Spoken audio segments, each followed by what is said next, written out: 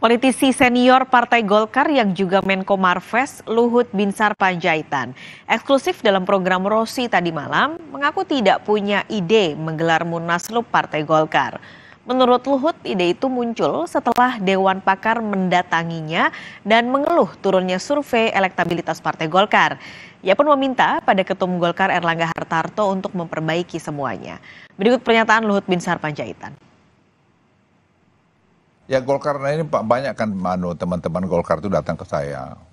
Saya nggak pernah lo kontak mereka. Jadi jangan ada pikir misalnya saya telepon ini. Enggak. Tadi seperti Rosi bilang, kok Pak Luhut nggak proaktif tanggung-tanggung gitu. Bukan tanggung-tanggung.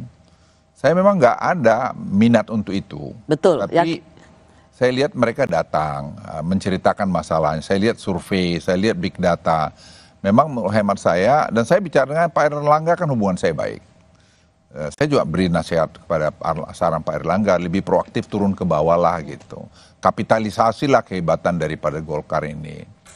Tapi dari data yang kita lihat, ya memang semua angka itu kan tidak bisa bohong data itu.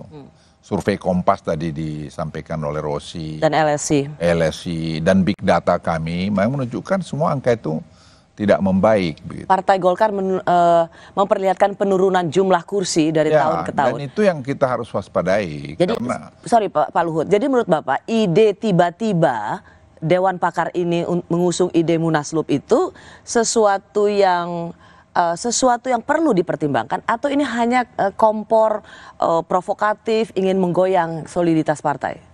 Ya saya tidak mau partai ini tambah jelek. Bagaimanapun saya sudah cukup lama jadi anggota Partai Golkar ya. Ya menurut saya harus jernih melihat ini. Jernihnya seperti apa misalnya? Ya jernih melihat mau kemana Golkar ini. Golkarnya harus punya sikap. Ya punya sikap.